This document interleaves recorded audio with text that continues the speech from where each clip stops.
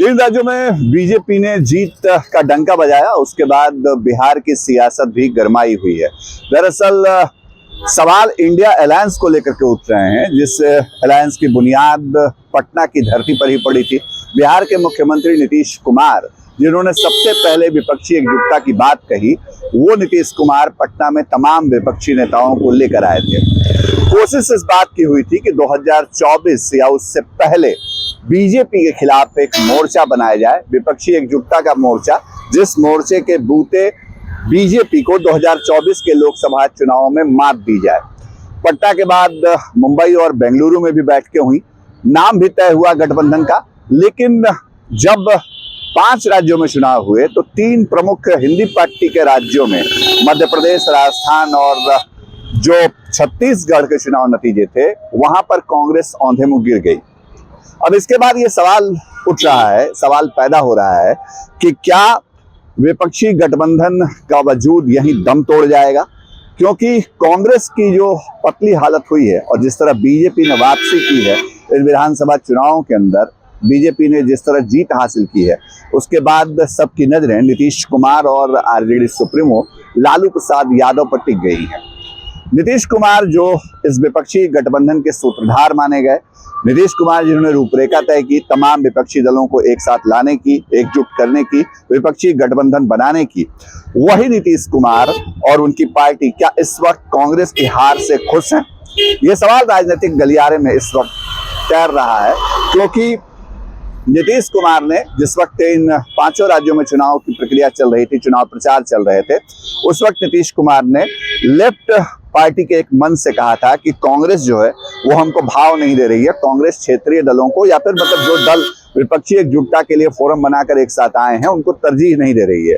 लेकिन नीतीश कुमार ने यह भी कहा था कि जब इन राज्यों के चुनाव नतीजे आ जाएंगे तो कांग्रेस आएगी, बात करेगी, ऐसा कहा जा रहा है। नीतीश कुमार के इस बयान के बाद इस पर सियासत भी हुई थी। कांग्रेस के प्रदेश अध्यक्ष और तमाम नेताओं ने यहाँ तक कहा था कि नीतीश कुमार भले ही अपने तौर पे बातें कर रहे हो, लेकिन हकीकत ये है कि जब कांग्रेस एक राष्ट्रीय पार्टी है और जब इन 5 राज्यों में चुनाव की प्रक्रिया पूरी होगी, उसके बाद ही विपक्षी गठबंधन इंडिया अलायंस के ऊपर बातचीत होगी।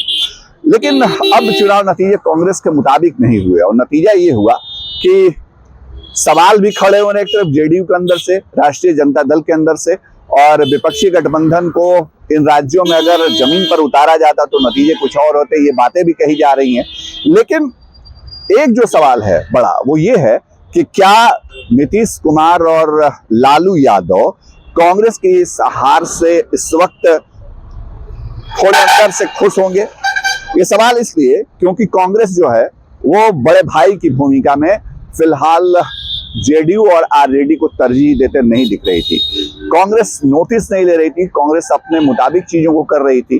और ऐसे में ये सवाल पैदा होता है कि क्या नीतीश कुमार और लालू यादव इस बात से खुश होंगे कि कांग्रेस को उसकी जो कह सकते हैं कि भाईगिरी वाली बात थी, उसको लेकर के इस वक्त असहज होना पड़ा है।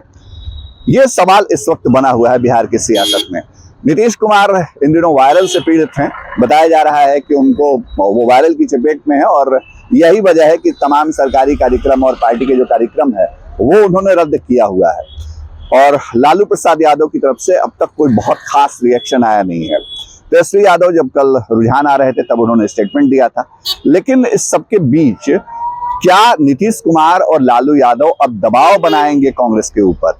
क्या नीतीश कुमार और लालू यादव के लिए सबसे मुफीद वक्त है इंडिया अलायंस को आगे बढ़ाने का? कांग्रेस जो इसको लीड करने के तौर पे आगे बढ़ रही थी, कांग्रेस जो ये मैसेज देना चाहती थी कि विपक्षी गठबंधन में भले ही तमाम दल हो, तमाम क्षेत्रीय दल हो, लेकिन जो अलायंस के अंदर कांग्रेस का कद है राष्ट्रीय पार्टी होने के नाते वो बड़ा है। तो ये सवाल उठ रहा लाजमी है कि क्या अब कांग्रेस लालू यादव नीतीश कुमार की शर्तों पे आगे बढ़ेगी?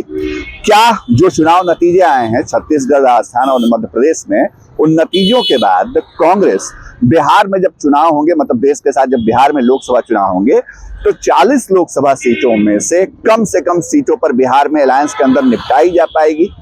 ये तमाम ऐसे सवाल हैं जो इस वक्त बिहार की राजनीति को गरमाए हुए हैं। सियासी गलियारे में इसको लेकर के कई तरह के कयास लगाए जा रहे हैं। नीतीश कुमार की तरफ से पहला रिएक्शन क्या आता है चुनाव नतीजों के बाद, ये भी देखना होगा।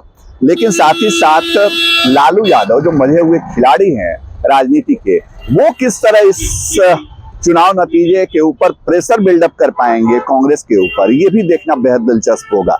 तो आने वाला वक्त जो है वो बिहार की सियासत के लिए बहुत खास होने वाला है, क्योंकि बिहार में दो सियासी धुरंधर नीतीश कुमार और लालू यादव, जो बिहार की राजनीति के बड़े और छोटे भाई कहे जाते हैं, वो दोनों बड़े और छोटे भाई इस वक्त कांग्रेस को लेकर के क्या कुछ सोच रहे हैं, क्या कुछ कर रहे हैं, ये बहुत अहम होने जा रहा है।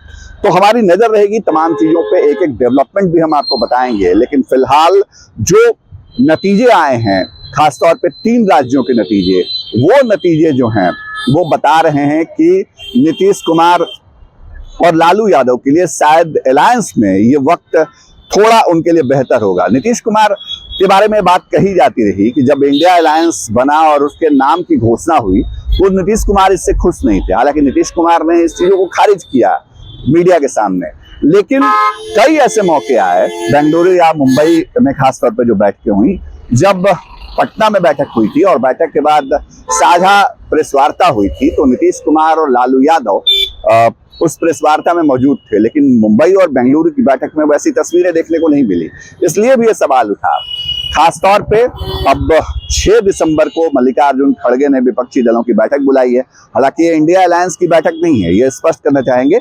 इंडिया अलायंस की तरफ से कोई ऑफिशियली स्टेटमेंट नहीं आया है, लेकिन हाँ, विपक्षी दलों की बैठक कांग्रेस ने राष्ट्रीय दल होने के नाते और विपक्षी दलों के गठबंधन में बड़े दल होने के नाते उन्होंने, राष्ट्रीय अध्यक्ष ने, मल्लिकार्जुन खड़गे ने बैठक बुलाई है। 6 दिसंबर की शाम ये बैठक होगी और उसके बाद आगे की तस्वीरें साफ होगी। और ये देखना बेहद दिलचस्प होगा कि क्या कांग्रेस, जिसके ऊपर इस वक्त ये सवाल उठ रहे हैं कि वो बिग ब्रदर की भूमिका दिखाना चाहती थी, वो अपनी शर्तों पर राजनीति करना चाहती थी इन स्टेटों में, और इसीलिए ना तो नीतीश कुमार को पूछा, ना तो लालू यादव को पूछा।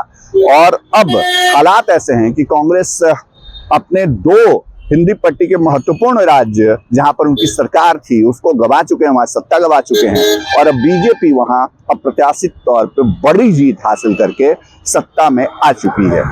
तो ऐसे में लालू और नीतीश के बूते बिहार में क्या कांग्रेस आगे बढ़ेगी या फिर कांग्रेस अपनी शर्तों के साथ ही राजनीति करेगी, ये देखना बेहद दिलचस्प होगा। और यही वजह है कि इस वक्त हम चर्चा कर रहे हैं बिहार की राजनीति के बड़े और छोटे भाई की, और कांग्रेस की हार में क्या उनके लिए जीत छिपी है, इस सवाल की। आगे और भी आपके साथ हम विशेष अंक में लेकर के तमाम विश्लेषण को आते रहेंगे। फिलहाल बिहार तक के तमाम दर्शकों का शुक्रिया।